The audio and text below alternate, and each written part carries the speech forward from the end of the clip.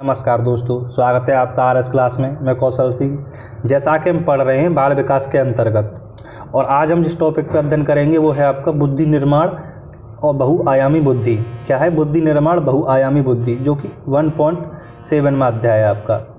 तो देखिए, इसके अंतर्गत हम पढ़ेंगे कि बुद्धि है क्या, बुद्धि रहती कहाँ है और बुद्धि की क्या क्या विशेषताएं हैं। अगर ये हमारे दिमाग में संप्रत्यय बन जाए तो ये सारी चीज़ें हमारी समझ में आसानी से आ जाएंगी। देखिए, संप्रत्यय क्या होता है? संप्रत्यय होता है दोस्तों मूर्त और अमूर्त। मूर्त और अमूर्त। देखिए, मूर्त क्या होता है? मूर्त होता है, देखिए मान लीजिए मैंने कहा एक हाथी होता है। हाथी की लंबी सूंड होती है, उसके 4 पैर होते हैं और उसका शरीर बहुत बड़ा होता है, तो वो दिख जाएगा हमें। क्या है? दिख जाएगा, वो मूर्त है ना, है ना। यानी उसकी दिमाग में मूर्ति बन जाएगी। और अमूर्त क्या होता है? जो चीज़ हमें दिखे ना, वो क्या हो गई? मूर्त। ना दिखे वो चीज़ हो गई अमूर्त, और जो चीज़ दिख जाए वो हो गई मूर्त। चलिए आइए देखते हैं बुद्धि के बारे में। देखिए, फ्रांसिस गाल्टन जी हैं। 1875 में सर्वप्रथम बुद्धि शब्द का प्रयोग किया। किसने किया था? गाल्टन जी ने। बुद्धि क्या है? विभिन्न प्रकार की योग्यताएं बुद्धि है। बुद्धि अमूर्त होती है। बुद्धि कैसी है? अमूर्त होती है बुद्धि। समस्या को हल करने की क्षमता जिसके पास अधिक है वह अधिक बुद्धि वाला है। यानी जो समस्या को हल कर सकता है और जिसके पास समस्या को हल करने की क्षमता ज़्यादा है वह अधिक बुद्धि वाला है। विभिन्न प्रकार की योग्यताओं का नाम क्या है? बुद्धि है। जिसके पास ज़्यादा योग्यता होंगी उसके पास ज़्यादा बुद्धि होगी। बुद्धि हमारे मस्तिष्क में रहती है। बुद्धि कहाँ रहती है? बुद्धि हमारे मस्तिष्क में रहती है। देखिए, कुछ वैज्ञानिक भी हैं, उन्होंने अपने अपने मत कहे हैं। देखिए क्या क्या परिभाषा है, इनकी परिभाषा दी है उन्होंने अपनी अपनी। फ्रीमैन जी कहते हैं बुद्धि समायोजन की योग्यता है। बुद्धि क्या है? समायोजन की योग्यता है बुद्धि। देखिए, टर्मन जी कहते हैं बुद्धि अमूर्त चिंतन है। बुद्धि क्या है? अमूर्त चिंतन है बुद्धि। विनय जी कहते हैं बुद्धि में 4 शब्द होते हैं। वो कौन से होते हैं? ज्ञान, आविष्कार, निर्देश, आलोचना। देखिए, इन 4 शब्दों के बारे में हम जानते हैं। देखिए, ज्ञान क्या होता है? जिसके पास अधिक ज्ञान होता है। और आविष्कार, जिसके पास अधिक आविष्कार करने की शक्ति होती है। निर्देश, जिसके पास निर्देश देने की क्षमता होती है। और आलोचना, जिसकी आलोचना हो, जिसकी सब आलोचना करें, आलोचना हो जिसकी।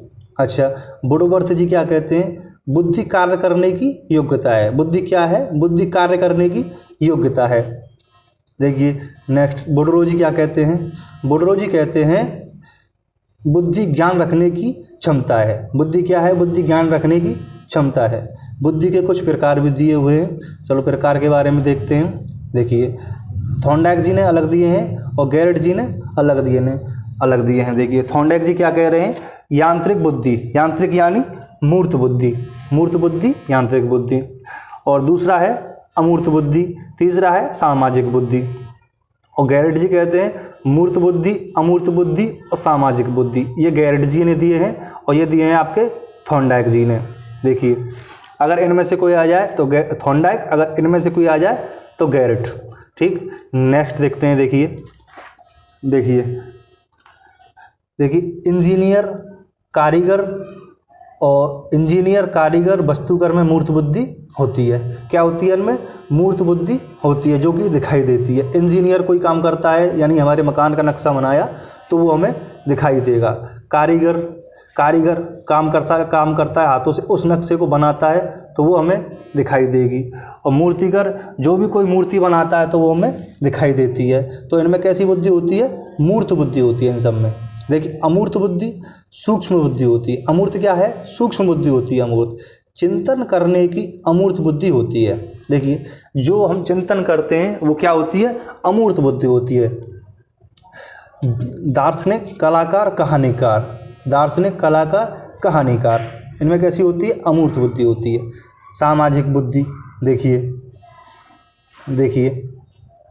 बुद्धि अमूर्त संप्रदाय है। बुद्धि क्या है? अमूर्त संप्रदाय है। बुद्धि परिवर्तन से है, यानी परिवर्तन होता रहता है बुद्धि में। जैसे जैसे आप बड़े होते जाते हो वैसे वैसे बुद्धि में परिवर्तन होता जाता है। बुद्धि पर सर्वाधिक वातावरण वंशानुक्रम का प्रभाव पड़ता है।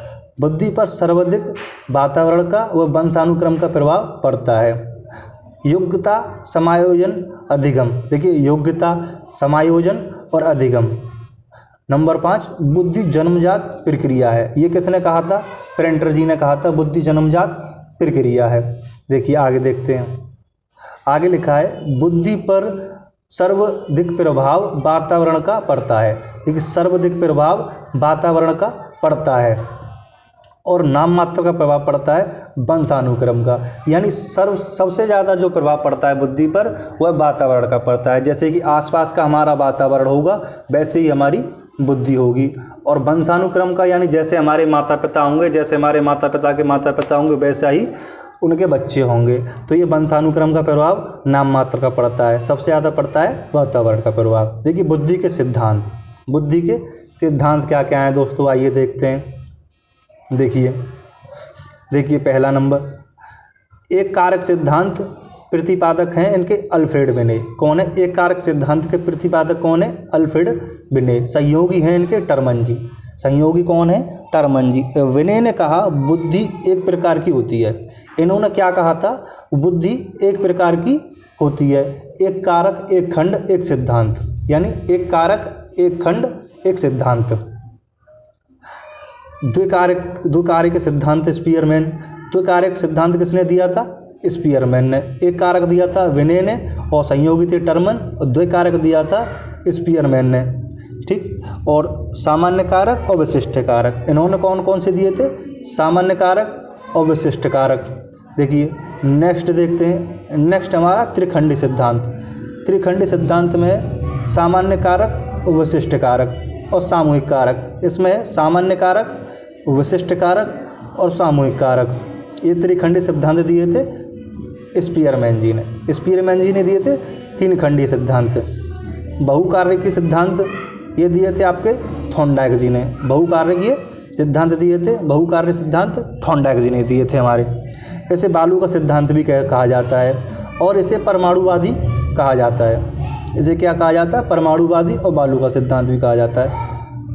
अब देखिए नेक्स्ट है आपका समूह कार्य के सिद्धांत। प्रतिपादक थे लुईस थर्स्टन। समूह कार्य के सिद्धांत। देखिए दोस्तों कारक देखते हैं इसके। 7 कारक दिए गए हैं इसके बुद्धि के। देखिए कौन कौन से हैं। नंबर 1 है शब्द की योग्यता, यानी शब्दों का ज्ञान। शब्दों का कितना ज्ञान है, शब्द की योग्यता। नेक्स्ट है संख्यात्मक, यानी आंकिक योग्यता कितनी है, आंकिक योग्यता कितनी है। देखिए तार्किक योग्यता, यानी तर्क करने की योग्यता कितनी है। नेक्स्ट है बोलने की योग्यता, यानी बातचीत करने की योग्यता कितनी है। नेक्स्ट है स्मृति योग्यता, यानी याद करने की योग्यता कितनी है। देखिए नेक्स्ट है आपका, नेक्स्ट दे रखा है वस्तु परीक्षण योग्यता, यानी वस्तु का आपको कितना ज्ञान है। वस्तु परीक्षण की योग्यता, वस्तु को कितना ज्ञान है आपको। नेक्स्ट है रचना की योग्यता, यानी कल्पना करने की योग्यता, कितनी कल्पना कर सकते हो आप, कल्पना करने की योग्यता कितनी है। देखिए दोस्तों बुद्धिमापन काल। बुद्धिमापन काल कब से कब तक कहा जाता है। देखिए 1905 से पूर्व शरीर के आधार पर हुआ। 1905 से पूर्व शरीर के आधार पर हुआ। 1905 से 1911 मानसिक आयु के आधार पर हुआ। और 1911 के बाद बुद्धि के आधार पर हुआ। ये मानसिक शब्द का प्रयोग विनय ने किया। किसने किया था? मानसिक शब्द का प्रयोग किया था विनय ने। देखिए नेक्स्ट देखिए, नेक्स्ट है विनय के मरने के बाद बुद्धि लब्धि शब्द सर्वप्रथम गोल्डन में आया। किस में आया? गोल्डन में आया। और विनय काल को कहा जाता है 1905 से 1911 के काल को विनय काल कहा जाता है। और वैज्ञानिक काल भी कहा जाता है, वैज्ञानिक काल भी कहा जाता है इसे। मानसिक आधार पर परीक्षण विनय साइमन बुद्धि परीक्षण 1905 में हुआ था।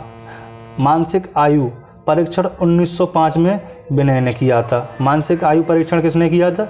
विनय ने 1905 में किया था। देखिए आशा करता हूँ आपको हमारी क्लास अच्छी तरह समझ में आई होगी। और आज की क्लास कैसी लगी हमारी, हमें कमेंट बॉक्स में ज़रूर बताइएगा। Thank you.